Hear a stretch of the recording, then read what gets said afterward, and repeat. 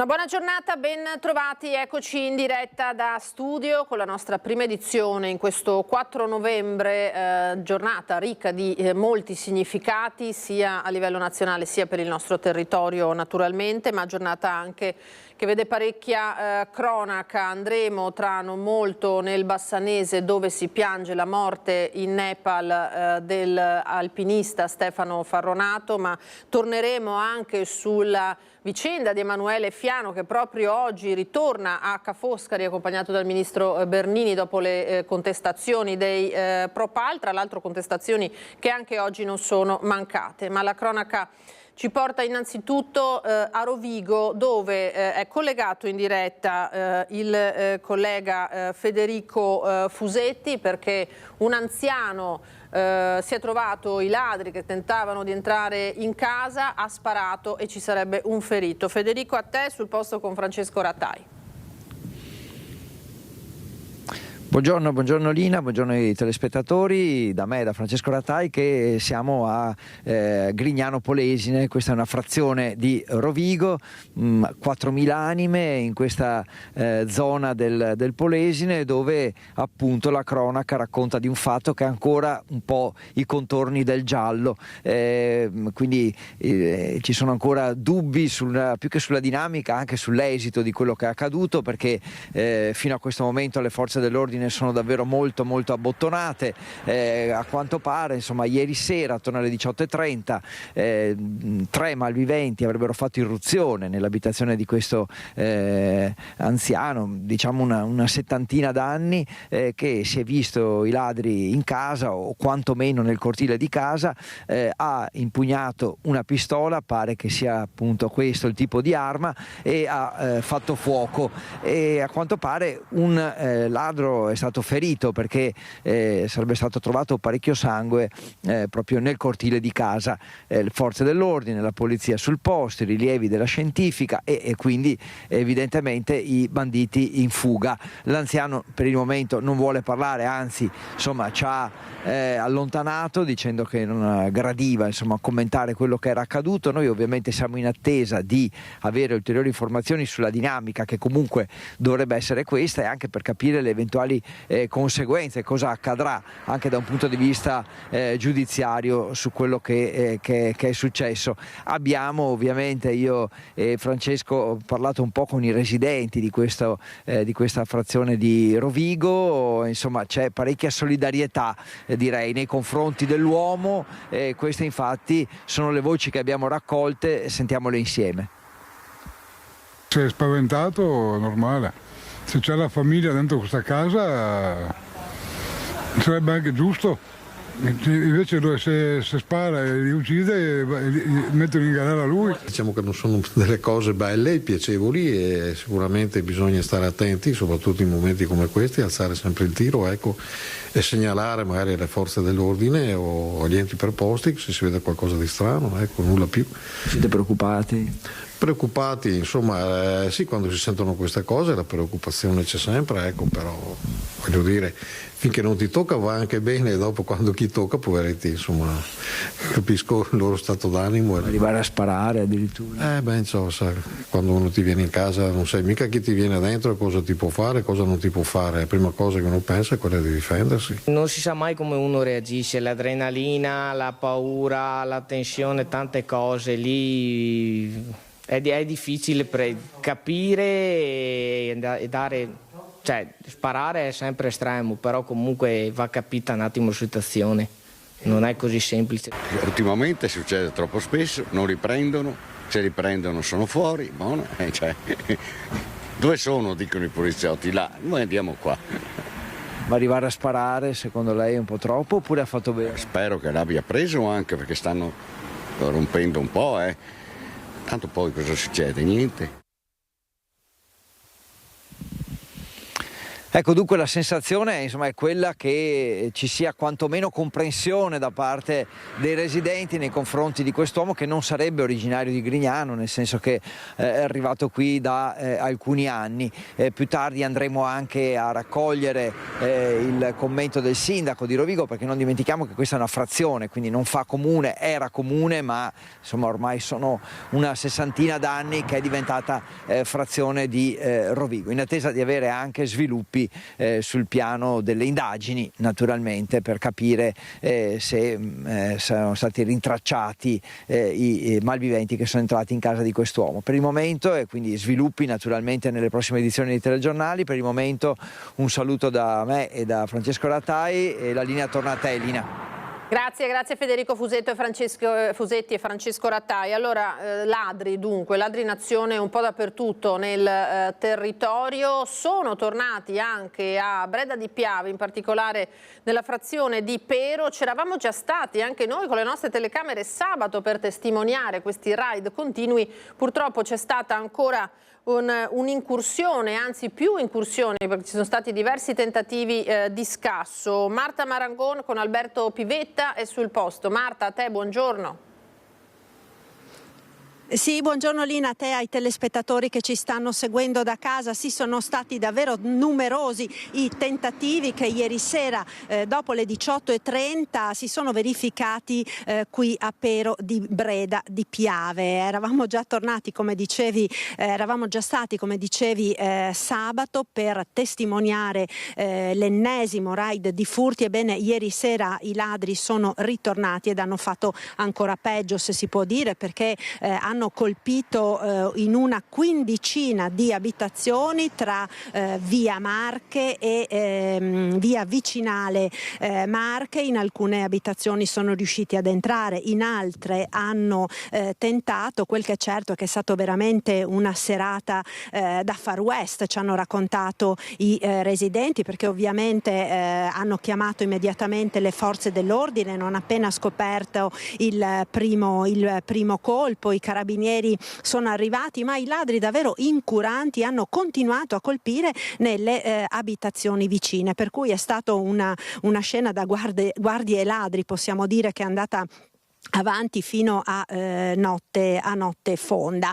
Numerose le esperienze, alcune delle quali davvero allarmanti, che sono state vissute dai residenti di Pero. In un caso addirittura trovarsi faccia a faccia con i ladri è stata la figlia minore del proprietario di casa, il signor Alessandro Negro. Sentiamo le sue parole. Siamo con Alessandro Negro, uno dei residenti in via Marche. Ieri sera qui è stato il disastro. Cosa le è successo? Sì, allora nello specifico io sono partito da casa -20 alle 7 per portare mio figlio alla consueta attività sportiva del lunedì. E quando sono uscito di casa ho visto una persona camminare qui sulla nostra stradina, cosa anche un po' inconsueta, insomma. E come sempre barrico casa prima di portare mio figlio o mia figlia alle attività sportive, perché ormai qui non si può più vivere. Quando cala il sole, quando cambia l'orario, lo sappiamo tutti ormai, è una cosa abbastanza nota. E parto, noto questa figura, vedo la vicina di casa che rientra in quell'orario e mia figlia, ho un'altra figlia, non vuole mai seguirmi, insomma. Allora sto via 10 minuti, tempo di portarlo e rientrare, sono 8 chilometri e vabbè, solite raccomandazioni del caso, parto, arrivo, oltrepasso Pero e ricevo una telefonata di mia figlia che urla disperata dicendomi ci sono i ladri in casa. E vabbè, lì faccio retromarcia, alla velocità della luce torno a casa e trovo mia figlia nella completa disperazione, insomma. Quindi sua figlia si è trovata faccia a faccia con i ladri? Stava cenando, sente dei rumori sul retro, dà per scontato che sia io che chiudo l'oscurante prima di partire. In realtà ero partito 30 secondi prima e quindi si dirige verso il bagno, trova l'oscurante aperto, la finestra chiusa e due ombre al di là della finestra che cercano di scassinare la finestra perché avevano già scassinato dell'oscurante, e lei si è messa a battere contro il vetro per farli scappare. Per fortuna si è inventata la scusa, ha cominciato a urlare papà scendi perché ci sono i ladri, e loro si sono dileguati, hanno saltato la rete, poi hanno attraversato un'altra abitazione e sono andati a fare immediatamente dopo qualche minuto altre 2 spaccate. Quindi in tutto hanno fatto queste 2 case, hanno visitato le 2 case dei miei vicini, hanno cercato di visitare questa e poi sono andati a visitare altre, insomma. Scene da Far West, sinceramente. Qualcosa bisogna fare, perché così non si può vivere, soprattutto a -20 alle 7 della sera, quindi quando la famiglia si riunisce, quando l'emozione è ancora tanta, insomma. Sua figlia come sta adesso? Bella domanda, lo vedremo nei prossimi giorni in poi. Era terrorizzata. Ha urlato tutta la sera. No, non è accettabile, non è più accettabile una situazione del genere. Da 5 anni che questa via è presa di mira dal giorno successivo al cambio dell'ora. Poi ci sono altri eventi al di fuori di questo periodo, ma dal cambio dell'ora fino a metà dicembre siamo sotto assedio. Questa è la realtà.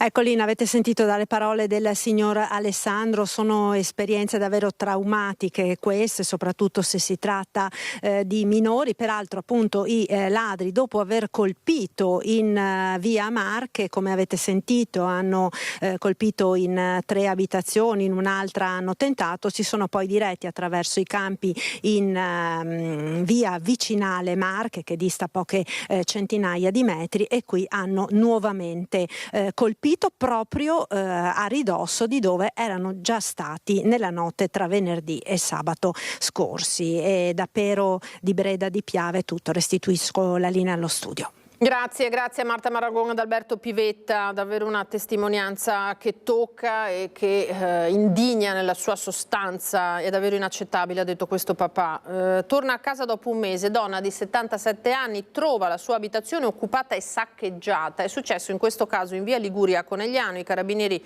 hanno arrestato un 25enne senegalese e denunciato 2 uomini del Marocco e del Gambia. Spariti i ricordi di una vita, hanno dormito anche nel mio letto, racconta ai nostri microfoni la signora Concetta, ancora scossa per quanto accaduto. Hanno toccato tutto, ma tutto. Sai cosa vuol dire tutto? Non sono stati dei semplici ladri quelli entrati in azione in via Liguria a Conegliano, ma uomini che, approfittando dell'assenza della proprietaria di casa, hanno bivaccato forse per giorni, occupando abusivamente camere da letto, bagno, cucina. I segni della loro permanenza sono ancora visibili dentro e fuori l'abitazione, dove il blitz è scattato non appena i carabinieri sono stati allertati dal nipote della donna, entrato negli appartamenti per accendere il riscaldamento e consentire alla zia di rientrare a casa dopo un mese di assenza, dettata anche da motivi di salute. È proprio il nipote ad accorgersi che tante porte sono chiuse dall'interno. Mi telefona e dice: guarda, qua c'è un problema. Io ho detto: beh, a questo punto chiama i carabinieri, sicuramente c'è qualcuno, perché sennò la porta era aperta. E infatti i carabinieri sono venuti, hanno sfondato la porta interna. Nella casa di Concetta i carabinieri trovano così un 25enne senegalese senza fissa dimora nell'abitazione attigua, sempre di proprietà della donna, ma in attesa di demolizione. Ci sono altri 2 uomini, un 26enne del Gambia e un 36enne del Marocco, mentre questi ultimi 2 sono denunciati per invasione di edifici. Il primo viene arrestato anche per furto. Addosso gli viene trovato un orologio appartenente al nonno materno di Concetta. All'appello mancano però altri oggetti. Io so di una catenina che avevo di oro e di 2 anelli, che è ancora quello di fidanzamento, poi le 2 fedi. Quindi anche la fede nuziale? Sì. Sono ricordi di una vita, penso faccia male questo. Sì.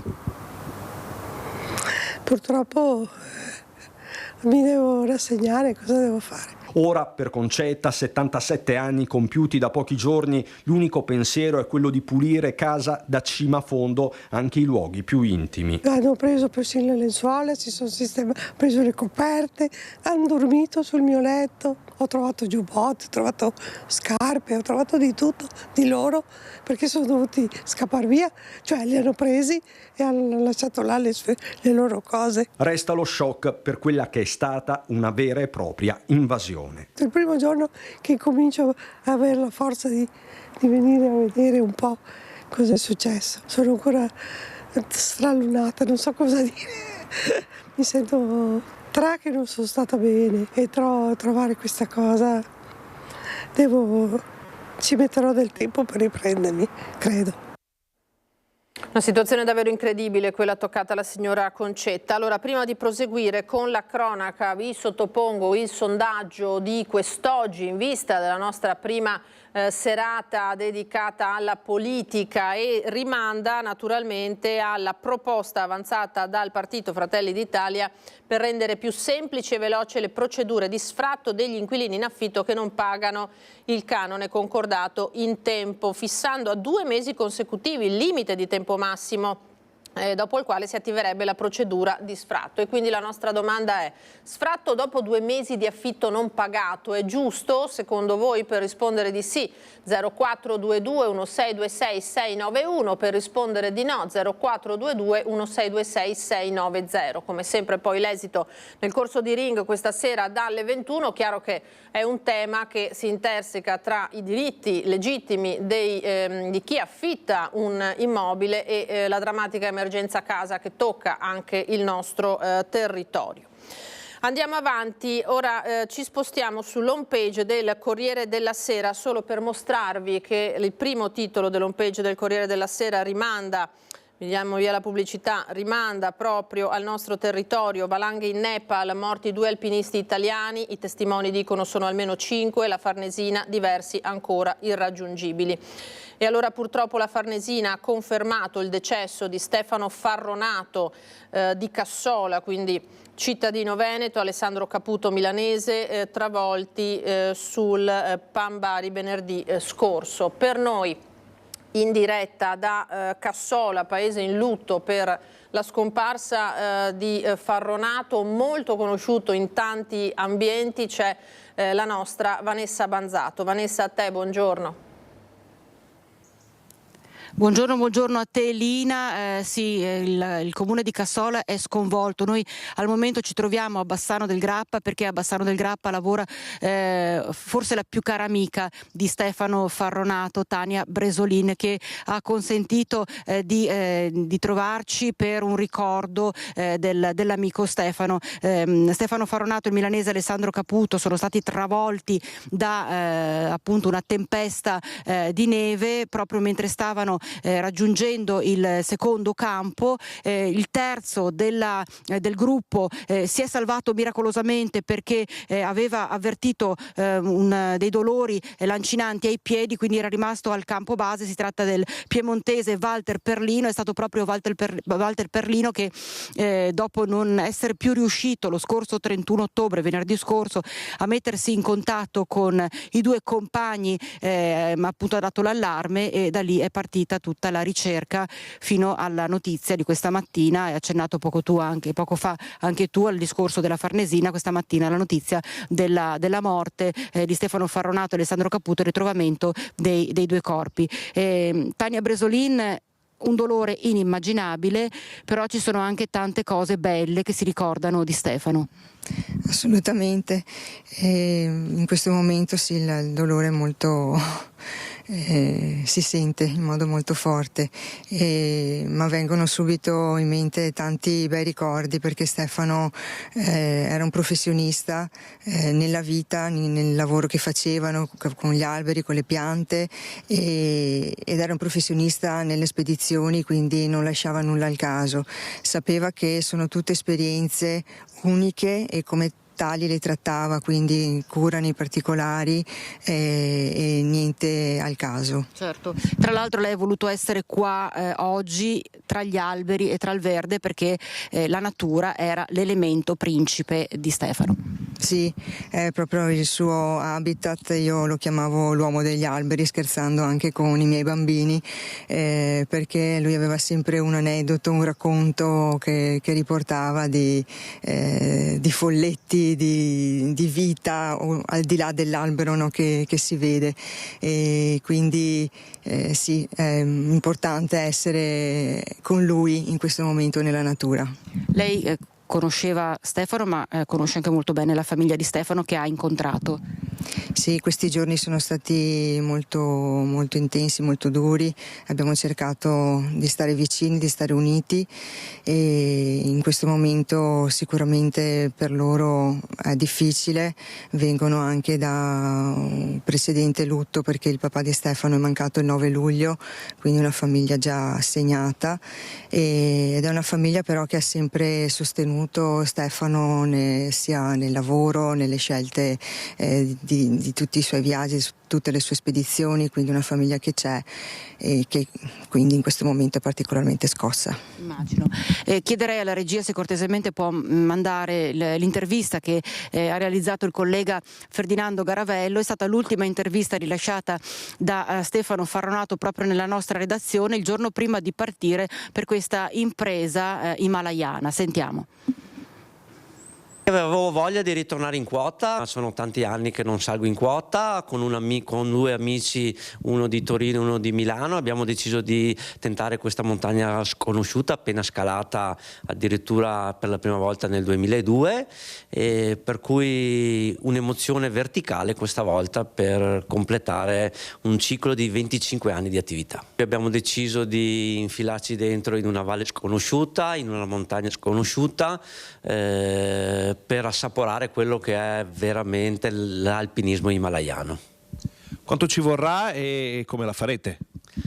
Allora starò via 30 giorni, dunque un tempo abbastanza lungo. Abbiamo bisogno di fare un trekking di acclimatamento, tant'è vero che faremo il periplo del Manaslu come acclimatamento e poi tenteremo in una decina di giorni questa montagna. La faremo in stile alpino, dunque senza portatori, e tenteremo poi la discesa con gli sci, dunque insomma abbiamo lanciato il sasso in alto. Dal Grappa al Nepal il passo è davvero così tanto lungo? No, in realtà la passione rimane anche se l'età avanza. Questa è la mia 18ª esperienza in giro per il mondo e arrivare in cima sarà, se riusciamo, un sogno importante. Sicuramente questa sarà una salita che dedicherò a mio padre. Arrivare in cima sarà un sogno importante, aveva dichiarato Stefano, e soprattutto aveva detto che avrebbe dedicato questa sua missione, soprattutto il raggiungimento della cima, al papà. Certo, un legame molto forte quello con papà Bertillo, per cui la dedica assolutamente ci sta, e una situazione che sicuramente Stefano ha vissuto in modo forte, appunto per il legame che aveva, e quindi... Pensate, ecco, è ancora presto perché la notizia del decesso è arrivata proprio questa mattina, e ci sono tutte le pratiche adesso da portare avanti, quindi c'è la burocrazia per far poi rientrare i due corpi di Farronato e Caputo in Italia. Ma state già pensando qualcosa come amici per ricordare Stefano? Sì, è ancora presto, appunto, come dicevi, quindi non abbiamo ancora pianificato nulla. Sicuramente ci saranno occasioni per ricordare Stefano e averlo ancora qui con noi. Adesso bisognerà capire quando le due salme saranno poi riportate in Italia. Lina, da Bassano del Grappa per il momento è tutto, ti ricedo la linea.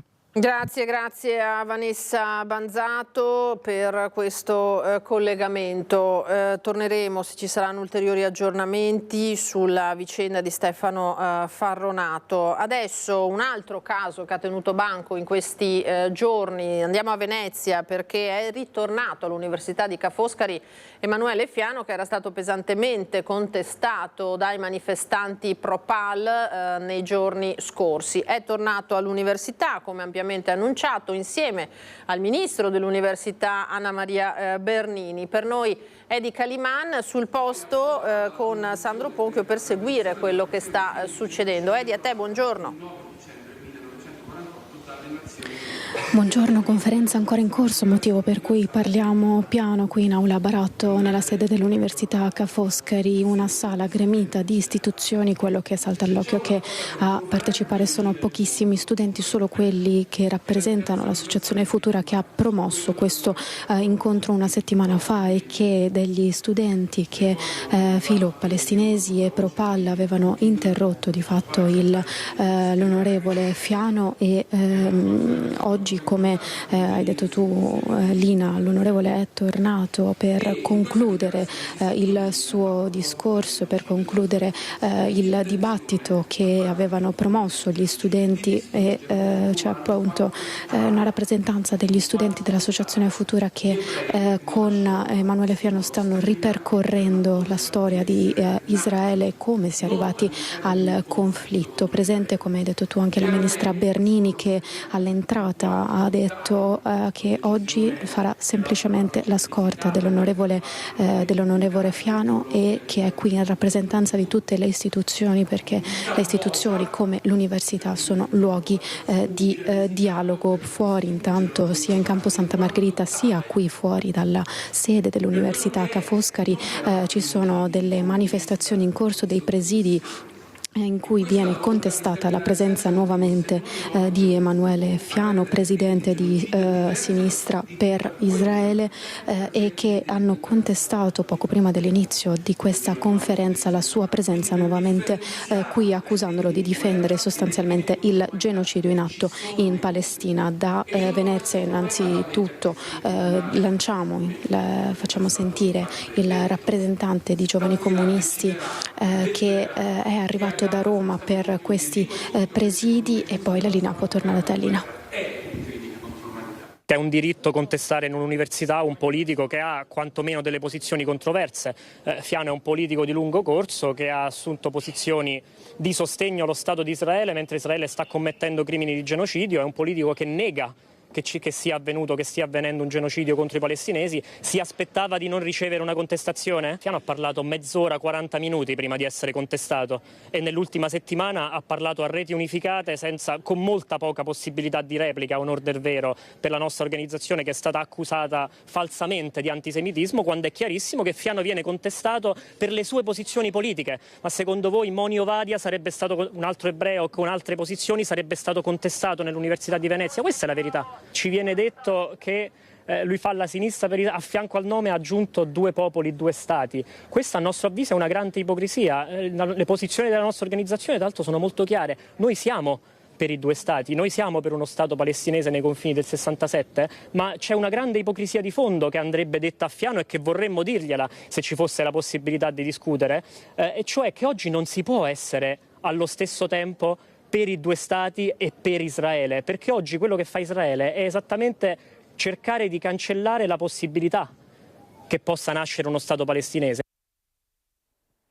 Dicevamo in apertura 4 novembre, giornata dell'Unità Nazionale delle Forze Armate. Nei capoluoghi sono in corso le celebrazioni, naturalmente come ogni anno. Le celebrazioni per la provincia di Vicenza si svolgono a Schio, prima tappa del percorso ideale che si snoda attraverso i sacrari del Vicentino. Allora, per noi sta seguendo il corteo che dal centro storico si è diretto verso il sacrario militare della Santissima Trinità, il nostro Daniele Garbin insieme a Simone Squarcina. Daniele, buongiorno. Sì, buongiorno a te, buongiorno ai telespettatori. Confermo, siamo al Sacrario Militare Santissima Trinità alle nostre spalle, come Cristina Marigo, sindaco. Buongiorno a tutti. Ecco, si è conclusa proprio da poco la cerimonia, anche una cerimonia inedita proprio per questa ricorrenza, soprattutto per il territorio iberico. È una decisione presa dal prefetto, insomma, questa di avviare questo ciclo di festeggiamenti nei vari sacrari. Partiamo proprio da Schio, una cerimonia diversa, soprattutto perché Vicenza era qui. almeno rappresentata, le maggiori autorità civili e militari erano presenti proprio alle nostre spalle insieme ai giovani e alle associazioni combattentistiche, insomma una novità per il territorio. Sindaco. Sì, sicuramente una novità. Noi si festeggia ogni anno giustamente il 4 novembre, la festa dell'Unità d'Italia, delle Forze Armate, ma è stato un bellissimo momento perché appunto sul nostro territorio c'era Sua Eccellenza il Prefetto, il dottor Romano, c'era il Sindaco di Vicenza, il Presidente della Provincia, tanti sindaci. È stato un momento molto sentito, lo è ogni anno, però è stato veramente particolare anche perché quest'anno il nostro Sacrario di Santissima Trinità fa 100 anni dalla sua inaugurazione, perciò aveva un valore ancora maggiore, anche se il nostro Sacrario non è nello stemma della provincia, però giustamente il prefetto ha voluto seguire questo filo rosso. Senta, qual è il significato? È una ricorrenza tradizionale a distanza di tempo, insomma, si ricorda questa firma dell'armistizio, Villa Giusti, insomma, ripercorrere quegli eventi ancora adesso, soprattutto dalla Prima Guerra Mondiale, di quella firma e dei tanti caduti che sono anche sepolti qui. Oggi si è parlato di pace nei vari discorsi, è vero? Sì, si è parlato di pace, si è parlato dei caduti che qui sono praticamente più di 5.000, riferiti in particolar modo alla Prima Guerra Mondiale. Si è parlato di pace ricordando quanto la guerra ci ha tolto in termini di risorse, di persone, di famiglie, ma quanto sia anche importante sentire forte questo sentimento di unità nazionale e di sentirci in nome di questa unità vicini, fratelli, lavorare per la pace in questo senso e quanto sia anche importante comunque responsabilizzarci e difendere la nostra patria. Ecco, grazie allora di queste parole, noi eravamo presenti, abbiamo sentito che era toccante e proprio sentita questa cerimonia. Intanto allora saluti a lei. Io ringrazio ancora, ripeto, Sua Eccellenza il Prefetto per essere stato ospite a Schio, il Sindaco di Vicenza, il Presidente della Provincia, e per noi è stato importante comunque essere uniti nel nostro territorio in senso molto più ampio e più vasto anche in questa festa. Grazie. Da Schio è tutto, restituisco la linea. Grazie a Daniele Garbin, Simone Squalcina, grazie naturalmente alla sindaca. 4 novembre che per il nostro territorio significa anche alluvione naturalmente, è una data dai molti significati e che rimanda a molte immagini del passato che devono ancora insegnarci. Allora noi continuiamo con la cronaca. A Mestre c'è stata una lite tra stranieri, un 33enne tunisino accoltellato ieri sera in città ed è gravissimo in ospedale. È successo in Corso del Popolo, in una zona quasi completamente di residenza, diciamo, di cittadini stranieri e dove purtroppo lo spaccio è di casa. Il 33enne è stato colpito da una coltellata a un fianco al culmine di una lite con un altro giovane, probabilmente un connazionale, forse un nordafricano, che si è dato poi alla fuga su un monopattino elettrico facendo perdere le proprie tracce. I carabinieri sono ora a caccia dell'aggressore. Da una prima ricostruzione i due si trovavano in stato di alterazione da alcol e stupefacenti. Non è del tutto escluso che con loro ci potessero essere anche delle altre persone. E le immagini ci portano invece a un'auto andata a fuoco con un dramma sfiorato davvero ieri sera a Fontane di Villorba, dove a essere divorata dalle fiamme probabilmente per un cortocircuito è stata una Peugeot 207 condotta da una ragazza 22enne di Treviso. Panico tra i residenti per le fiamme alte e gli scoppi provocati dal rogo. Inizialmente si temeva soprattutto che ci fosse ancora qualcuno nella macchina. Fortunatamente la ragazza che era al volante è riuscita a uscire dalla vettura miracolosamente illesa e ad allontanarsi in tempo. Sul posto si sono recate 2 pattuglie dei carabinieri e i vigili del fuoco che hanno prontamente spento l'incendio. La strada è rimasta interdetta per diverse ore al traffico per permettere le operazioni di spegnimento e soprattutto la bonifica e la sistemazione del suolo che, viste le alte temperature, ha ovviamente riportato anch'esso dei danni. Sono stati invece identificati i resti rinvenuti a Peraga di Vigonza. Si tratta di Walter Figallo, il professore scomparso nel 2023. Dopo 2 anni e mezzo di ricerche si è chiuso il mistero sulla scomparsa di Walter Figallo, il professore di Cadoneghe di cui si erano perse le tracce nel marzo del 2023. I resti dell'uomo sono stati rinvenuti ieri mattina in un'area verde tra la ferrovia e l'ecocentro di Via Garibaldi, a Peraga di Vigonza. A fare la scoperta alcuni operatori di Ferrovie dello Stato impegnati nella polizia dell'area. Tra la vegetazione hanno notato uno scheletro umano e hanno subito avvisato le forze dell'ordine. Gli oggetti personali trovati accanto ai resti, tra cui una collanina e la fede nuziale, hanno permesso di identificare l'uomo. Il riconoscimento è stato poi confermato dai familiari. Figallo, insegnante appassionato di letteratura e grande studioso di Dante, era uscito di casa per una passeggiata lungo l'argine del Brenta e non era più rientrato. Dopo il pensionamento soffriva di una forma di demenza che ne aveva compromesso la lucidità. Le cause della morte restano da accertare. Il pubblico ministero ha disposto l'autopsia, che sarà eseguita all'Istituto di Medicina Legale di Padova nei prossimi giorni. Gli investigatori non escludono alcune ipotesi, ma la pista più probabile è quella dell'incidente. E c'è stato un altro gravissimo episodio di cronaca, è avvenuto sabato notte a Bassano. Aggredito alle spalle con un colpo alla testa mentre sta rincasando, caduto a terra, è restato senza sensi per 2 ore, per poi accorgersi di essere stato derubato del bancomat, smartphone e altri effetti personali. Violenta rapina in piena notte a Bassano, su cui stanno indagando gli agenti del commissariato di polizia di via Pecori Giraldi, avvertiti dalla madre del giovane rapinato. La vittima, portata al San Bassiano per le cure, una volta ripresasi non ricordava nulla di quanto successo. È stata la madre del rapinato che ha riscontrato che erano stati effettuati pagamenti con il bancomat del figlio in alcuni bar del centro. Gli agenti hanno contattato i gestori dei locali dove era stata utilizzata la carta e, visionando le immagini di videosorveglianza, hanno riconosciuto un 38enne cittadino marocchino irregolare nel nostro paese e senza fissa dimora, precedentemente controllato sotto vari alias. Lo stesso con una sfilza di precedenti di polizia, in particolare per reati contro il patrimonio, contro la persona, uso e spaccio di droga, è stato rintracciato in un ricovero occasionale di Bassano del Grappa. Per lui sono scattate le denunce per ricettazione e indebito utilizzo di strumenti di pagamento. Al momento non sono stati raccolti elementi al fine di identificarlo come autore della rapina. Le indagini continuano e il questore sta valutando l'applicazione di adeguate misure di prevenzione a carico del soggetto.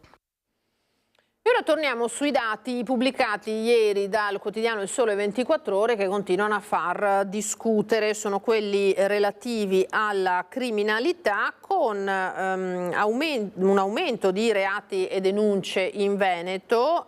In particolare a Treviso è risultato il primo capoluogo, la prima provincia d'Italia per minori denunciati, il doppio della media nazionale, e dunque ci si interroga su questo dato che da una parte naturalmente può significare che tanti controlli significano anche tante denunce, dall'altra il sindaco stesso di Treviso, Mario Conte, ha parlato di una vera e propria emergenza che riguarda i più giovani.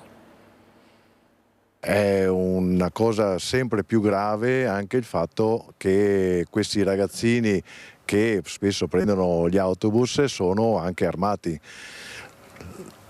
di armi bianche. Ci preoccupa non poco. Sempre più giovani, sempre più armati. È questa una delle istantanee scattate sui mezzi pubblici della Marca nel giorno in cui il Sole 24 Ore certifica il paradosso trevigiano, una provincia che resta tutto sommato isola felice, 101esimo posto su 106 in Italia per numero di reati, ma prima per incidenza di minori denunciati. Proprio così, il quotidiano degli industriali, elaborando i dati del Viminale, evidenzia come nel 2024 su 9.120 persone denunciate o arrestate, il 9,5% sia minorenne, di fatto il doppio della media nazionale, che è al 5%. In termini assoluti, 869 soggetti. Insomma, tanti troppi baby bulli e maranze in giro, come quelli che nei giorni scorsi sulla linea tra Castelfranco e Riesepio X hanno rapinato uno studente universitario rubandogli pure le scarpe. Questi ragazzi, soprattutto di seconda generazione, chiamiamoli così, che hanno questa voglia di avere qualcosa di marca, qualcosa di valore, e quindi cercano di fare questi piccoli furtarelli. Un'emergenza da affrontare con gli strumenti a disposizione. Uno di certo, spiegano dalla Questura, è legato al decreto Caivano. Abbiamo anche qui un istituto fondamentale, usato pochissimo, che è l'ammonimento del questore nei confronti dei bulli. I bulli, se ce ne abbiamo tanti, devono essere ammoniti, devono essere intercettati prima che sia troppo tardi. Di fronte al boom dei reati commessi da minori, il dibattito si fa inevitabilmente politico. si è seminato bene e quindi i processi di integrazione non hanno funzionato. Bisogna investire assolutamente su percorsi educativi, percorsi culturali e percorsi comunque appunto di prevenzione. Certo che è un motivo di preoccupazione, però sarebbe un motivo di altrettanta preoccupazione se non venissero perseguiti e non venissero trovati responsabili di questi reati. C'è da dire che in tante altre zone d'Italia io credo che i reati siano, anzi i numeri sono chiari, i dati sono maggiori, però non vengono probabilmente né perseguiti né vengono trovati colpevoli come viene fatto a Treviso. Più in generale nella Marca gli illeciti denunciati sono 20.454, in crescita comunque del 3,09% rispetto al 2023. Treviso fa meglio di Belluno, Vicenza e Rovigo rispettivamente al 96esimo, 51esimo e 49esimo posto. In zona calda il Padovano al numero 28, Verona 19, Venezia ottava accanto alle grandi metropoli. Denominatore comune per tutte e 7 le province, l'aumento dei reati e delle relative denunce, anche se la proporzionalità non sempre è diretta. E ora andiamo a rivedere i funerali di ieri pomeriggio di Mario De Marchi, il 39enne che è morto 12 giorni dopo l'aggressione subita alla Sagra di Fontigo di Sernaglia della Battaglia nell'Alta Marca, tragedia per la quale, lo sapete, è indagato Fabrizio De Poi. Nella chiesa di Caerano San Marco un'intera comunità stretta intorno alla famiglia dell'uomo. Ciao Mario!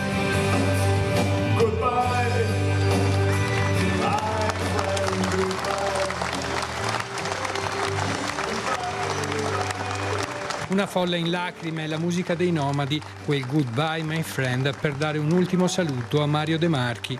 Il suo viso sorridente spento dalla violenza nella tragedia alla Sagra di Fontigo. A Caerano di San Marco ci sono tutti per ricordare il 39enne e le sue passioni.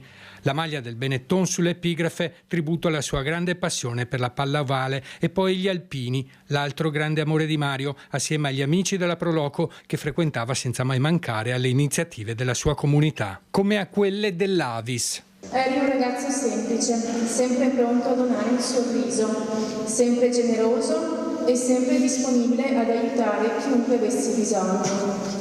Lo hai dimostrato fino alla fine, con il tuo ultimo gesto d'amore, donando la vita agli altri. L'emozione e un'atmosfera di silenzioso cordoglio ha avvolto la chiesa, mentre il padre Claudio e la sorella Tania, visibilmente distrutti dal dolore, erano circondati dall'affetto dei familiari e dei presenti, accanto a loro i nipoti Aida e Fausto. Una famiglia già colpita anche dalla recente morte della madre Silvana. Non sarà facile abituarsi alla tua assenza, ma chi ha avuto la fortuna di incrociare il tuo cammino porterà con sé il tuo ricordo, il tuo modo di essere, quella luce tranquilla che solo tu sapevi trasmettere. Dopo la funzione religiosa, la salma di Mario è uscita con le note della preghiera dell'Alpino.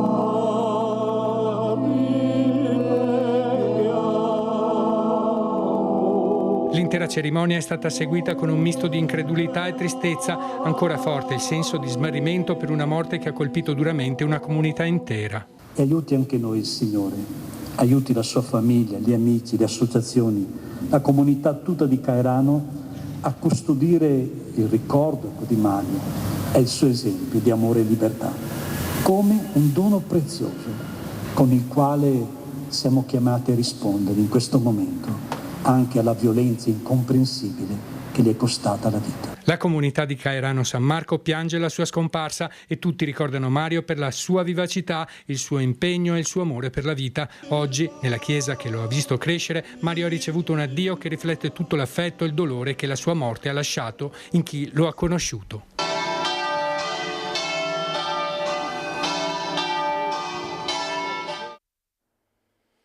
Donne vittime di violenza. Domani sera alla discoteca Odissea di Spresiano la proiezione del docufilm Un altro domani che racconta appunto la violenza di genere e invita a rompere il silenzio.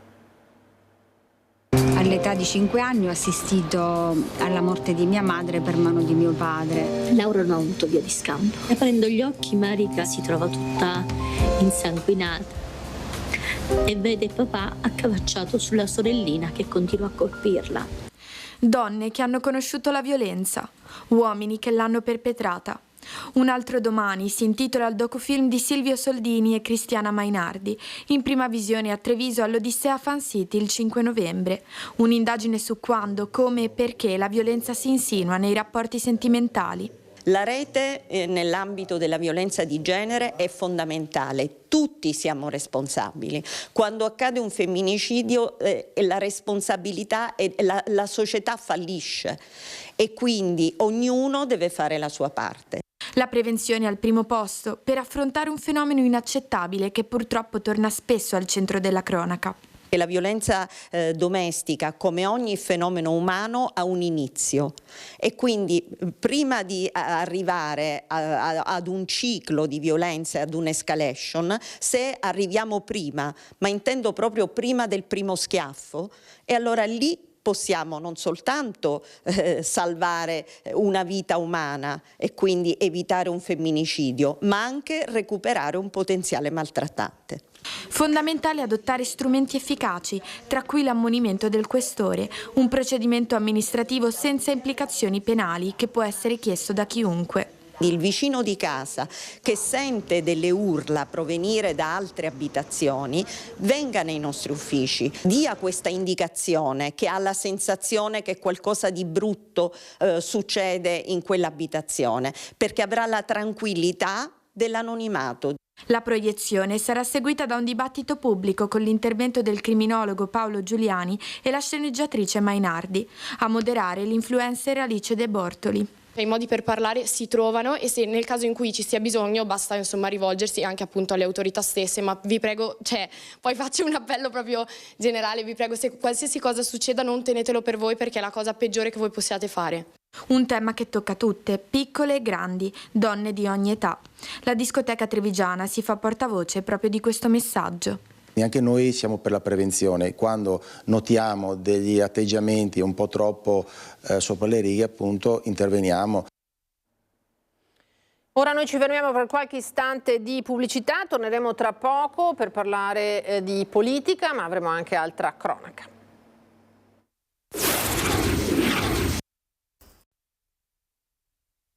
Eccoci tornati in diretta da studio con i nostri ospiti, sono entrambi candidati al Consiglio regionale. Allora saluto e ringrazio Claudio Beltramello, buongiorno, Partito Democratico. Buongiorno, grazie dell'invito. E Fabio Chies, candidato per Forza Italia, di cui è coordinatore provinciale, lo sappiamo, sindaco di Conegliano, l'abbiamo già avuto ospite e bentornato. Allora, ci sono tanti temi di cui si può parlare oggi, io vi sottoporrei però subito, se possibile, quello che è anche il nostro sondaggio in vista di Ring questa sera, sfratto dopo 2 mesi di affitto, eccolo qua, non pagato.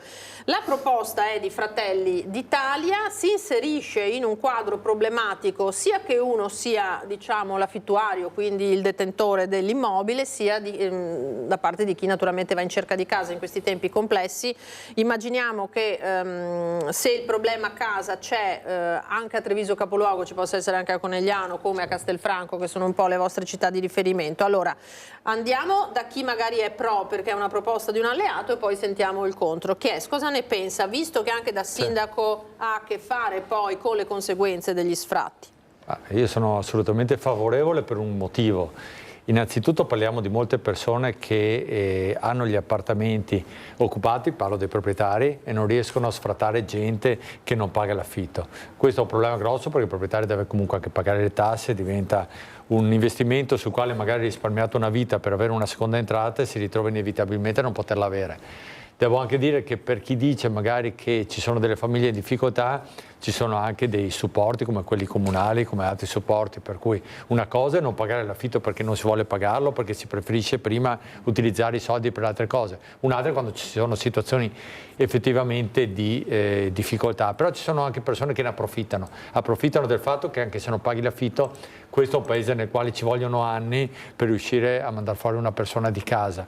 Questa è una situazione inaccettabile, ripeto, soprattutto per chi sul nostro territorio ha fatto tanti sacrifici per poter costruirsi una sicurezza quando si diventa anziani ed avere magari una seconda entrata dovuta a tanto lavoro e a tante privazioni che si sono fatte. Per cui assolutamente favorevole soprattutto alla certezza, perché siamo in un paese nel quale non c'è certezza su nulla neanche certezza sul fatto che chi non paga l'affitto venga mandato fuori, che in un paese civile mi sembra la normalità.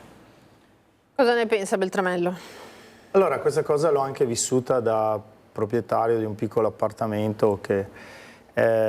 allora, bisogna fare una distinzione. A 2 mesi mi sembrano un po' troppo pochi, nel senso che non si fa neanche in tempo a capire perché uno non paga l'affitto. Quindi lo porterei a qualche mese in più, mettiamo 4.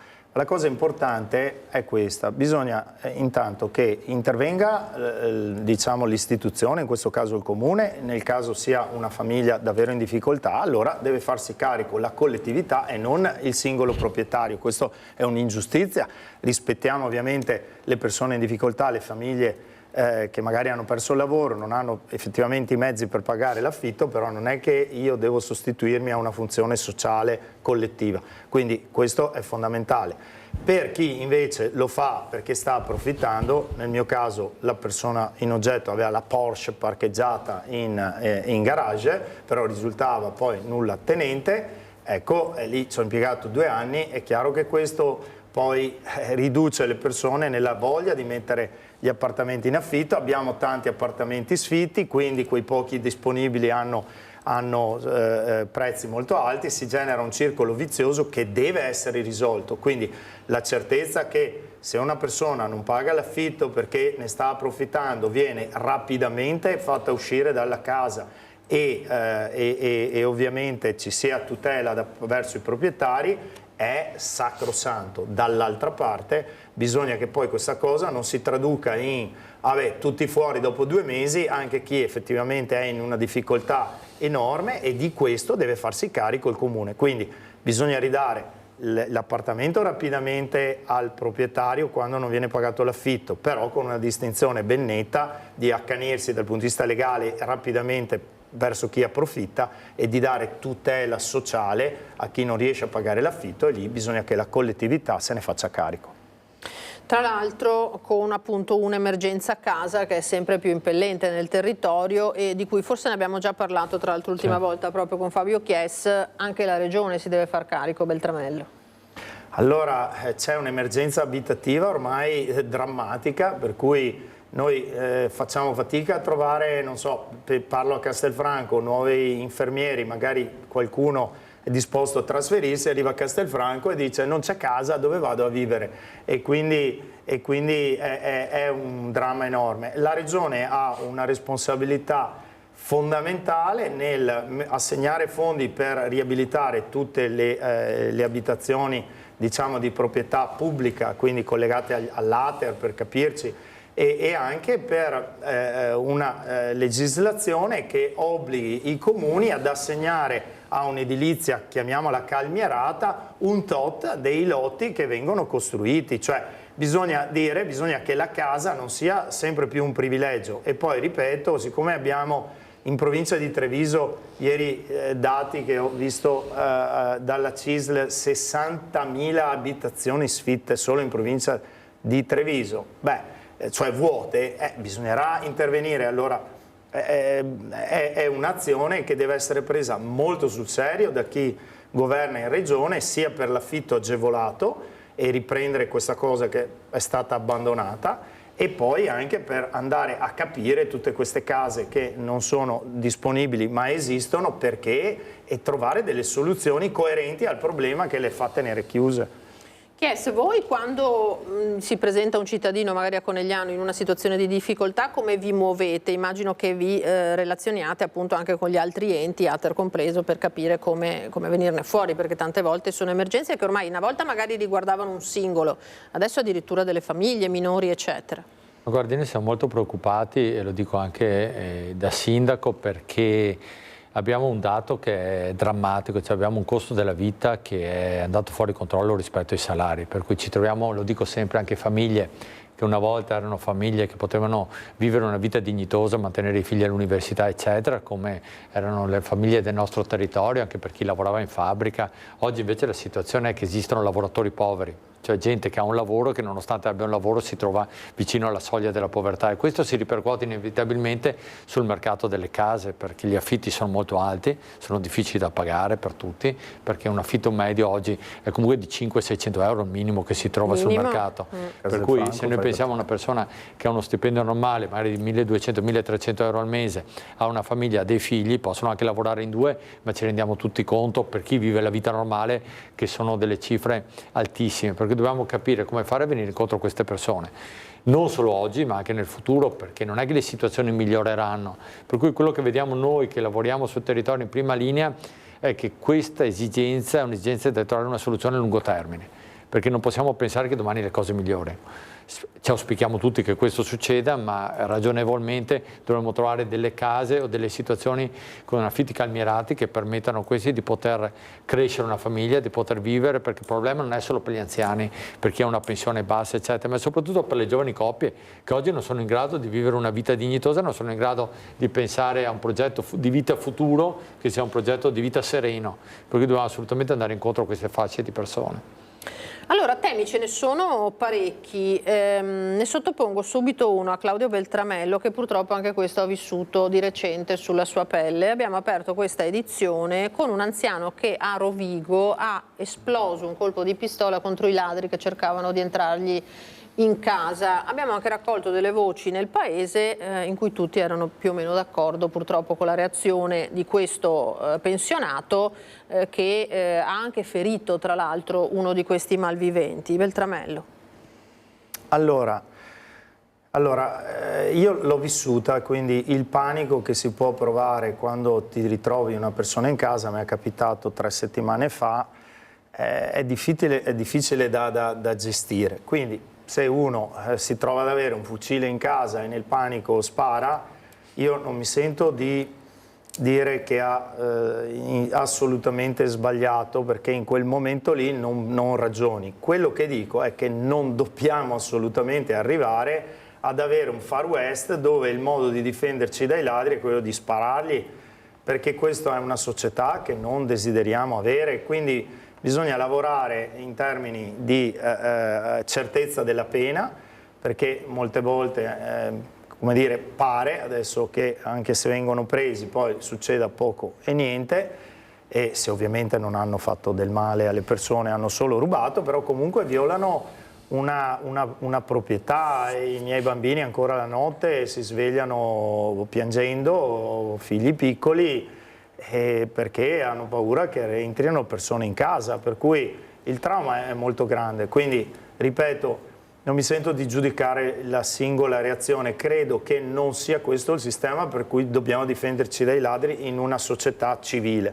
In una società civile bisogna avere certezza della pena, controlli, e bisogna che ci mettiamo tutti d'accordo che dobbiamo lavorare nel lungo termine, quindi più controlli, più pene, questi servono nel breve termine. Nel lungo termine dobbiamo creare una società che riduca il numero di persone in difficoltà, in marginalità sociale, che hanno bisogno di delinquere o che pensano che delinquere sia meglio che andare a lavorare.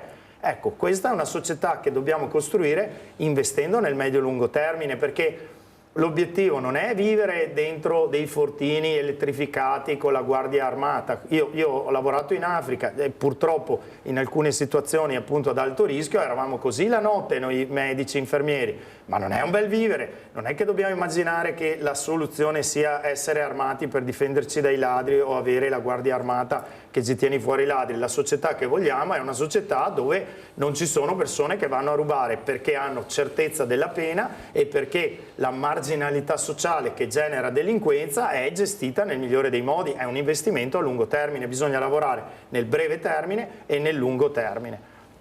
Chies, cosa ne pensa? Io penso che l'unico modo per entrare nelle case sia suonando il campanello. Tutti gli altri modi in cui si entra in una casa, un ladro deve capire che può andare incontro anche a situazioni come queste. Spero tra l'altro che la persona anziana non subisca adesso un processo o le lungaggini di una situazione che lo porrebbe anche in difficoltà personale, perché questo poi è quello che succede. Dobbiamo avere, come si diceva prima, la certezza della pena, cioè dobbiamo essere sicuri che queste persone poi rimangano in galera, non escano. Invece ci ritroviamo inevitabilmente che magari l'anno dopo risuccede un fatto simile e ci accorgiamo che questa persona ha una fedina penale lunga 1 chilometro. Questo non è accettabile in un paese civile, però ripeto, la nostra vicinanza va soprattutto a questa persona anziana che ha fatto quello che poteva nel momento in cui si è ritrovata una persona in casa e ha usato il fucile perché lo aveva portata di mano. Penso che queste persone vadano capite, perché quando viene violata la proprietà privata e soprattutto lo spazio, la comfort zone personale, ci si ritrova inevitabilmente a non saper più cosa fare, e la prima cosa che gli è venuta in mente ha fatto, per cui ripeto, la vicinanza a lui, e spero d'altro canto che ci sia anche la certezza della pena per questa persona che è tratta in casa e che venga messa in gattabuia e lasciata là. Visto che entrambi provenite comunque da cittadine importanti come popolazione e anche in cui questo fenomeno purtroppo non è estraneo, vi sottopongo un altro tema. Ieri il Sole 24 Ore ha stilato la classifica proprio della criminalità e ha posto la provincia di Treviso in testa alla classifica per denunce ai minorenni. Da una parte, come ha spiegato il questore Alessandra Simone, sono stati anche triplicati i controlli nell'ultimo anno, negli ultimi anni, per cui c'è stato anche un dato da questo punto di vista. Abbiamo visto la zona rossa, abbiamo visto i dispositivi proprio per affrontare il tema delle baby gang. Dall'altro è chiaro che c'è un problema, come ha rilevato anche il sindaco di Treviso Conte, dicendo qua siamo di fronte a un'emergenza. Chi vuol partire?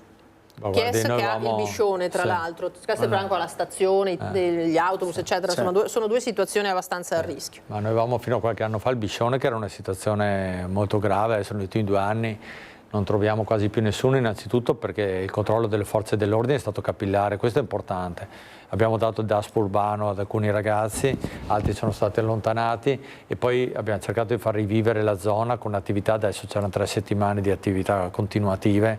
Penso che il modo per riappropriarsi della città sia questo, cioè far vivere la città, fare eventi in città e cercare di fare in modo che queste persone non trovino un humus, cioè una situazione in cui diciamo, si trovano a proprio agio. Certo che non è facile perché è una questione che è culturale, bisogna lavorare molto all'interno del mondo delle scuole, lavorare molto con il progetto Giovani. Abbiamo intercettato un fondo da 3 milioni di euro solo un mese fa proprio per andare in questa direzione qui, e ci deve essere un nuovo patto tra le famiglie e la scuola, cioè noi dobbiamo fare in modo che l'educazione, come è normale, parta dalle famiglie. Molte famiglie non hanno gli strumenti per riuscire a creare nei propri figli una sensibilità di questo tipo, però bisogna che torniamo nelle famiglie, perché da lì è il primo nucleo all'interno del quale si sviluppa comunque l'educazione, e questo comincia a venir meno. A me dispiace che certe volte siano i genitori a lamentarsi con le scuole o con le istituzioni, quando io andrei a vedere nelle famiglie cosa succede. Una volta erano nelle famiglie che ti insegnavano come comportarsi, oggi mi sembra che alcune volte siano peggio i genitori dei ragazzi, per cui dobbiamo cercare in modo di ricreare questo patto, di lavorare molto con i ragazzi all'interno del mondo delle scuole. E anche qui però, quando qualcuno si comporta male, bisogna inevitabilmente che venga punito, venga allontanato. Il DASPO urbano secondo me è un buon sistema, perché comunque impone a queste persone di non frequentare più certe zone, e può essere un primo modo per riuscire ad allontanarle, perché devono capire che le regole esistono e vanno rispettate. E a sciogliere magari questi gruppetti, per poi l'intento del DASPO urbano è principalmente perché poi non sono baby gang, usiamo anche dei termini che secondo me alcune volte non sono proprio quelli. Baby gang hanno delle regole, quello che succede in alcuni stati americani. Da noi sono soprattutto gruppi di ragazzi annoiati o che non sanno cosa fare, che invece di magari occuparsi di volontariato o fare cose attive che possono fare in ognuno dei nostri paesi, perché non è vero che non ci sono cose da fare, ci sono tantissime associazioni, tante associazioni di volontariato, bisogna farli riconoscere, fargli capire loro che ci sono dei modi molto che ti tornano anche tanto, perché poi occuparti degli altri è qualcosa che ti aiuta, per cui io penso che molti giovani che sono avvicinati poi sono rimasti nel volontariato. Parliamo sempre di quelli che si comportano male, ce ne sono anche tanti che si comportano bene, però è un fenomeno che non va sottovalutato e bisogna mettere in campo tutte le risorse, tutti assieme, per risolverlo. Ecco, infatti Carlotta Bazza del Partito Democratico ieri ai nostri microfoni ha detto si è seminato male. Direi di sì, perché nel momento in cui si predica la divisione, la diversità non è mai un valore, non è mai vista come fonte di scambio, di arricchimento, ma sempre come nemico, nemico, nemico.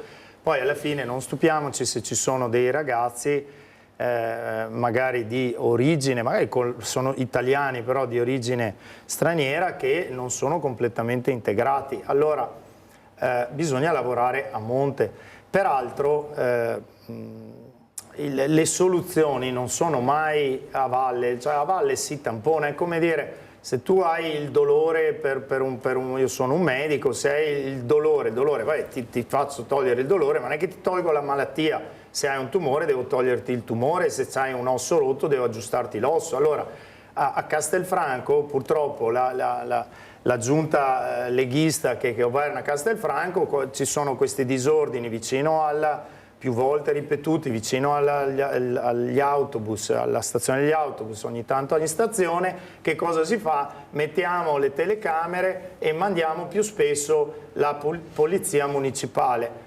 Ma tu sei mai andato lì a chiederti perché questi ragazzi sono lì a non fare niente, a fare casino? Sei andato, cioè ci sono esperimenti importanti in cui ci sono gli educatori del comune, gli assistenti sociali che vanno in mezzo a questi giovani. Come mai ogni volta che si chiede uno spazio che i giovani possono utilizzare non viene dato a Castelfranco Veneto? E quindi l'unico posto è il patronato della parrocchia, benissimo che ci sia, però non può essere l'unico luogo dove i ragazzi, a parte come dire, vicino all'Iper o nelle piazzette, possono andare per trovare un minimo di socialità organizzata, positiva, collegata al volontariato, cioè solo il patronato. Allora questo vuol dire che abbiamo delegato, in questo caso a un'istituzione religiosa, l'educazione di tutti i nostri giovani. No, la parrocchia fa il suo, per fortuna, benissimo che c'è, ma bisogna anche che il comune faccia il suo, e in questo caso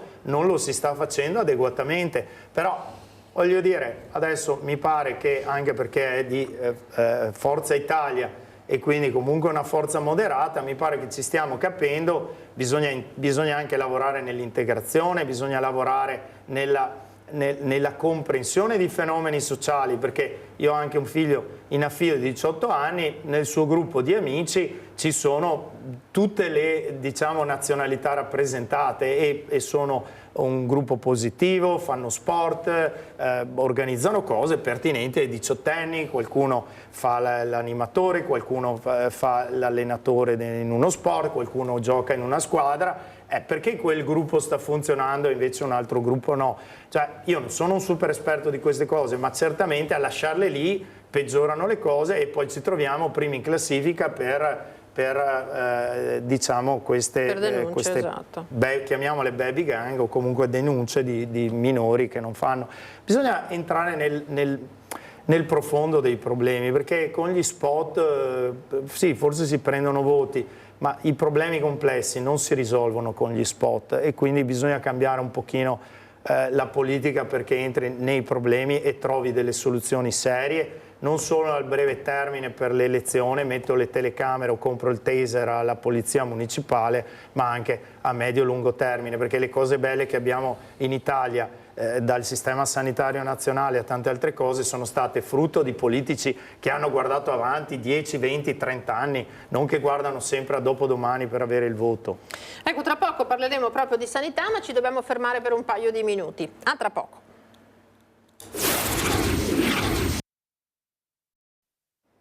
Ritorniamo in diretta da studio con i nostri ospiti, candidati al Consiglio regionale, Fabio Chies per Forza Italia, Claudio Beltramello per il Partito Democratico. Allora, accennavamo alla sanità perché è notizia di queste ore, andiamo sull'home page del Corriere della Sera, appalti truccati nella sanità, chiesto l'arresto dell'ex governatore della regione Sicilia Totò Cuffaro. Chies, tra l'altro vedo coinvolte 18 persone, tra cui il coordinatore di Noi Moderati Saverio Romano. Non sono sicuramente cose, queste accuse di associazione a delinquere, turbativa d'asta e corruzione, che fanno bene poi anche alle campagne elettorali, no?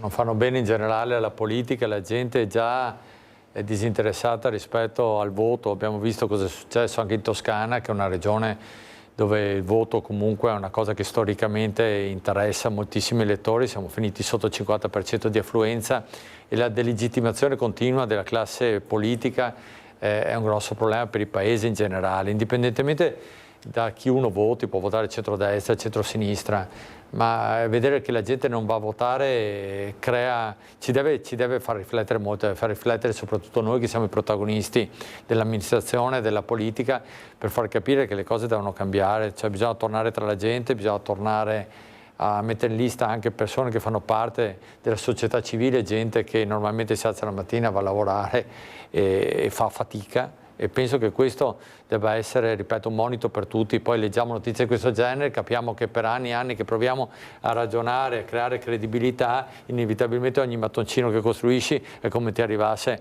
un sisma che te lo distrugge, per cui quotidianamente si ricomincia a lavorare, però queste cose sono cose che destabilizzano tutti, perché un giorno trovi, io adesso non faccio una questione politica, può essere uno di centrodestra, uno di centrosinistra, ma sono cose che fanno male perché allontanano sempre di più l'elettore dal voto. Ecco, e tra l'altro riguardano la sanità, il tramello, che sappiamo essere quella che muove i maggiori denari nelle regioni. Certo, dopodiché... in Regione Veneto il 70% del bilancio è della sanità, stiamo parlando di 11 miliardi, quindi insomma tanti soldi. Per quello, allora, come considerazione vorrei dire, questo fa doppiamente male, perché fa male perché stanno rubando soldi alla sanità, quindi stiamo rubando soldi per la parte, diciamo, che serve a salvare vite. Questo è immorale doppiamente. Vorrei che facessimo una riflessione tutti quanti, che io vorrei però vedere puniti e buttare via la chiave di più questo tipo di ladri rispetto al ladro che è entrato a casa mia. Adesso non parlo di quello dell'anziano, parlo del ladro che è entrato a casa mia, perché lì ancora il beneficio del dubbio che non abbia da mangiare ce l'ho, ma questo signore qui da mangiare ce l'aveva, e qui stiamo proprio lucrando milioni e milioni di euro per avidità, per sfregio delle istituzioni, dell'etica. Allora io vorrei che ci fosse un accanimento molto più forte su questo livello di ruberie e un'interdizione a vita da qualsiasi pubblico ufficio, oltre che la galera, ovviamente, una volta accertate, come sempre nel giudizio, le responsabilità, e lasciamo ovviamente la magistratura dare l'ultima parola, come è giusto che sia in una democrazia. Però su questa cosa della politica che deve tornare vicino ai cittadini, io continuo a dirlo, ho detto a tutti: guardate, andate a votare e guardate un po' i curriculum vitae, la storia personale delle persone che andate a votare, perché lì dietro si capisce quantomeno se c'è un presupposto che sia una brava persona, perché la gente ha bisogno intanto che i politici tornino a essere delle brave persone. Per cui su questo mi pare che siamo d'accordo. Andate a vedere chi siamo, cosa abbiamo fatto nella vita, cosa abbiamo fatto nella nostra storia personale e professionale, e se abbiamo avuto anche un lavoro, perché anche questo è utile poterlo dimostrare, ok? Che non facciamo politica perché non sappiamo come sbarcare il lunario, che lavoro abbiamo fatto, che storia c'è, perché prima di tutto la politica deve dare ai cittadini delle brave persone, oneste, con dei valori, e poi da lì con competenza e impegno per portare avanti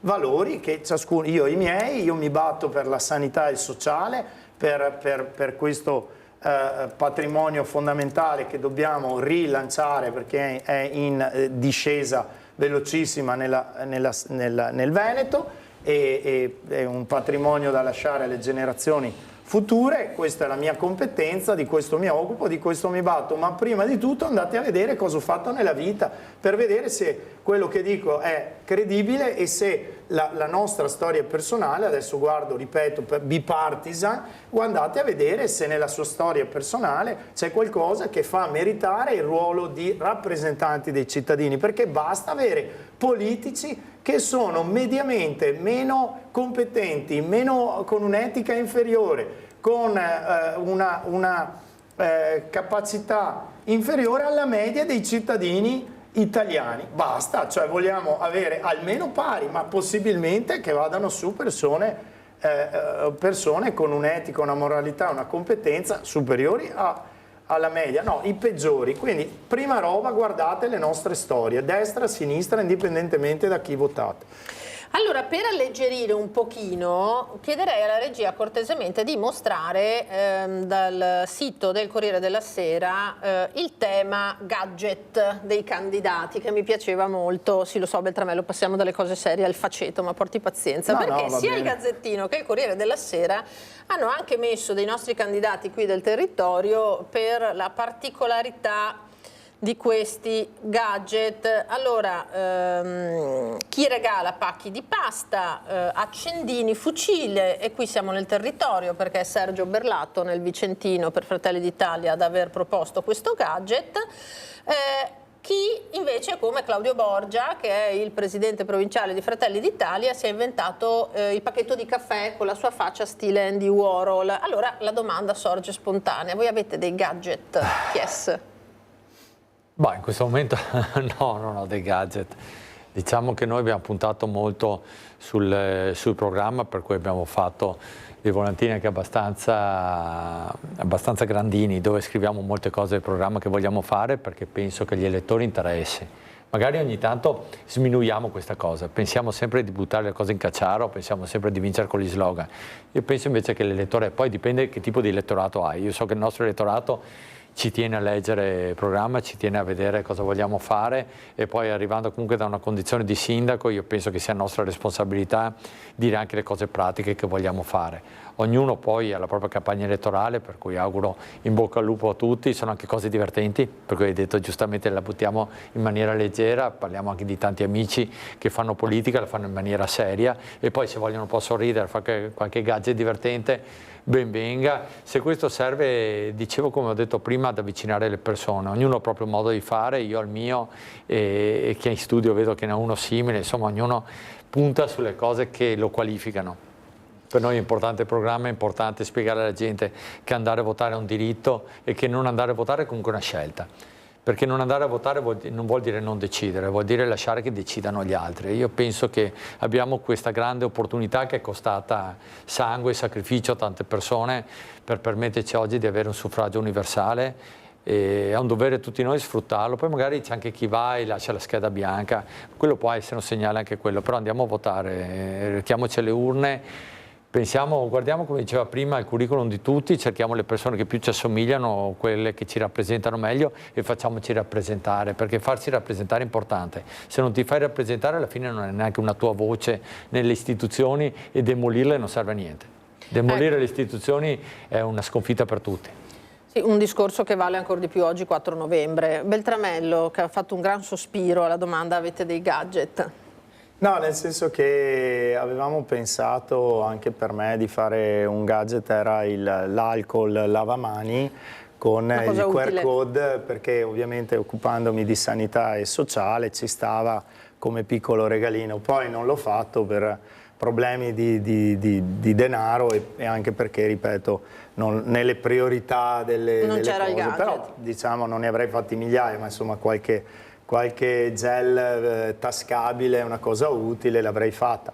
Personalmente, ripeto, mia opinione personale, non mi piace se viene dato del cibo. Ecco, ci trovo un collegamento con ti do da mangiare, però opinione mia, siccome non è vietato, non ho nessuna autorevolezza per dire che non doveva farlo, però se mi chiedete un'opinione, ecco, portachiavi della pistola non me l'hai fatto, però magari un portachiavi col simbolo della pace, accendino, ecco, l'accendino col simbolo della pace, magari poi se è collegato a fumare, no, lì proprio non ci siamo, quindi non mi piace neanche l'accendino, però un portachiavi col simbolo della pace o col nome del candidato non la vedo una cosa da demonizzare. Simbolicamente dare cibo alle persone, ecco, non mi piace. Non le piace come messaggio. Non mi piace. Allora io vi ringrazio, perché il nostro tempo è terminato, nel senso che andiamo a vedere adesso,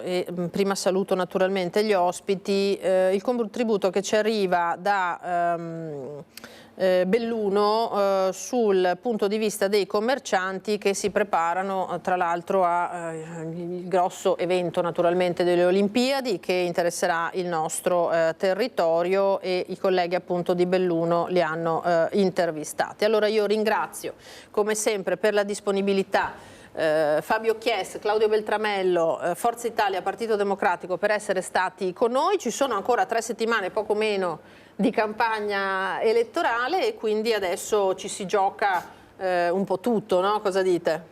Io penso che giochiamo tutto con la credibilità che abbiamo in questi anni, però la campagna elettorale a me piace a tutti quelli che fanno politica, per cui incontrare tante persone è bello, lo faremo in questi giorni. Auguro in bocca al lupo, come ho detto prima, a Beltramello, ma anche a tutti i candidati, e li ringrazio perché metterci la faccia non è mai facile. E buona giornata ai telespettatori. Grazie, è stato un piacere anche per me. Quando la politica diventa dialogo, pur in forze diverse, credo che faccia bene a tutti. Speriamo che molte persone vadano a votare, e quindi io ce la metto tutta in queste 3 settimane per far capire l'importanza dei temi della sanità e del sociale, e avere una persona che ci capisca può fare la differenza. Questo è il mio messaggio, ce la metto tutta, e chiedo però veramente a tutti, dico, magari non votare me, ma vai a votare. Cioè, questo è un esercizio democratico che viene prima di tutto, perché l'alternativa alle elezioni, tra l'altro in queste si può scegliere il proprio candidato, l'alternativa si chiama o anarchia o dittatura. Quindi il migliore dei mondi possibili è la democrazia. Dobbiamo solo essere in grado di scegliere le persone che davvero meritano di rappresentarci. Grazie nuovamente a entrambi. Allora adesso andiamo a sentire Paolo Doglioni, presidente di Confcommercio Dolomiti, su come vede questi appuntamenti in arrivo. Come sta il commercio bellunese in vista di quelli che oramai possiamo definire i grandi eventi, le Olimpiadi e Paralimpiadi certamente, ma anche in primo piano le festività del Natale, che soprattutto in città puntano a unire, riunire, mettere insieme anche i commercianti, pur se come oramai è già noto il Comune di Belluno ha affidato a una società privata per 3 anni l'organizzazione degli eventi per il Natale. Come sta il commercio? Come stanno i negozi anche della provincia? Lo chiediamo a Paolo Doglioni, presidente di Confcommercio Belluno Dolomiti. Che risposte possiamo dare? Ma diciamo che la speranza di queste feste è ben motivata. Chi sta lavorando per il territorio bellunese in questo momento sta facendo, a mio avviso, un ottimo lavoro, un lavoro anche dispendioso se vogliamo, ma per far vivere la città, e quindi un plauso a questo. Il commercio soffre, ma soffre il centro di Belluno per un semplice fatto: è abitato, ahimè, da moltissimi anziani, poche famiglie giovani. Bisogna, a mio avviso, farlo rivivere, far tornare i giovani in qualche maniera, anche con delle agevolazioni. Delle agevolazioni per le case, naturalmente. Per delle case, perché la città vive se c'è la gente. Gli spot che possono essere il sabato e la domenica, benissimo, servono sicuramente, ma sono inefficaci a lungo termine. È la città che deve vivere nel suo complesso. La provincia ha i soliti problemi, le zone alte oggi come oggi soffrono di più, e lì il commercio ha una funzione importantissima sociale, non solo economica, e la funzione sociale è che in quei paesi, se viene a mancare questi punti importantissimi, il paese muore e le persone anziane non sanno dove andare a fare la spesa. Perché i negozi di vicinato li possiamo definire dei servizi essenziali, esattamente come la mobilità, come i trasporti, come la sanità? Sicuramente sono servizi sociali. Nelle regioni a noi confinanti danno notevoli finanziamenti proprio a quei negozi che hanno una veste sociale da poter far sì che vivano in qualche maniera, perché altrimenti se uno non guadagna, anzi ci rimette, è evidente che chiude, ma questo vuol dire la morte dei paesi. Con la prospettiva olimpica, secondo lei è possibile che cambi qualcosa anche nel sentiment di chi si impegna a investire per aprire attività? Ma sicuramente sì, le Olimpiadi sono una grande opportunità per tutto il territorio e questo va riconosciuto bene. Dobbiamo noi sfruttarlo al meglio e questo vuol dire con offerte di eccellenza, di qualità, in tutti i campi, nel turismo che noi rappresentiamo in maniera fondamentale, tutto, ma direi è il territorio in tutte le sue componenti, con l'agricoltura, con l'artigianato, tutto insieme per offrire un qualche cosa a chi viene e a chi ci abita di prima qualità. Senta Doglioni, ma i commercianti, il commercio si sente inascoltato rispetto alle richieste, alle necessità anche, che partono anche da queste terre? Ma io sono il responsabile di politiche a montagna in Italia per Confcommercio. Stiamo lavorando proprio in tal senso. Il giorno 25 con l'ingegner Francesco De Bettin saremo proprio a Roma nella sede centrale a discutere di queste cose e di crediti di carbonio, perché vedete i crediti di carbonio non costano allo Stato, se vengono normati con un registro apposito non costano né allo Stato né all'Europa, costa a chi non ha la capacità oggi di mettersi in regola e quindi deve pagare. Bene, se questi territori hanno questa facilitazione, beh, abbiamo fatto un grande passo. Noi da parte nostra stiamo lavorando per questo. Grazie allora ai colleghi di Belluno, grazie a Paolo Doglioni. In chiusura vi ricordo nuovamente, partiamo dal sondaggio dedicato alla proposta di Fratelli d'Italia, sfratto dopo 2 mesi di affitto non pagato è giusto? Secondo voi? Continuate a telefonare, se ne parlerà naturalmente questa sera a Ring dalle 21 con il nostro vice direttore Ferdinando Avarino, ospite sarà Alberto Stefani, candidato presidente alla regione per il centrodestra, Massimo Cavazzana dell'UDC, Claudio Borgia di Fratelli d'Italia, Leopoldo Bottero di Popolari per il Veneto, Vanessa Camani del Partito Democratico e Francesca Salvador di Resistere Veneto. Noi ci fermiamo qua, vi ricordo dopo di noi le previsioni del tempo, naturalmente la ricetta del giorno di Casa a Pappagallo e poi dalle 16:20 il film La famiglia omicidi, pellicola britannica con un cast davvero importante. Grazie per essere stati con noi, grazie in regia ad Alessandro Granziera, Fabio Falliero, noi ci rivediamo per i telegiornali di questa sera, intanto a tutti un buon pomeriggio, arrivederci.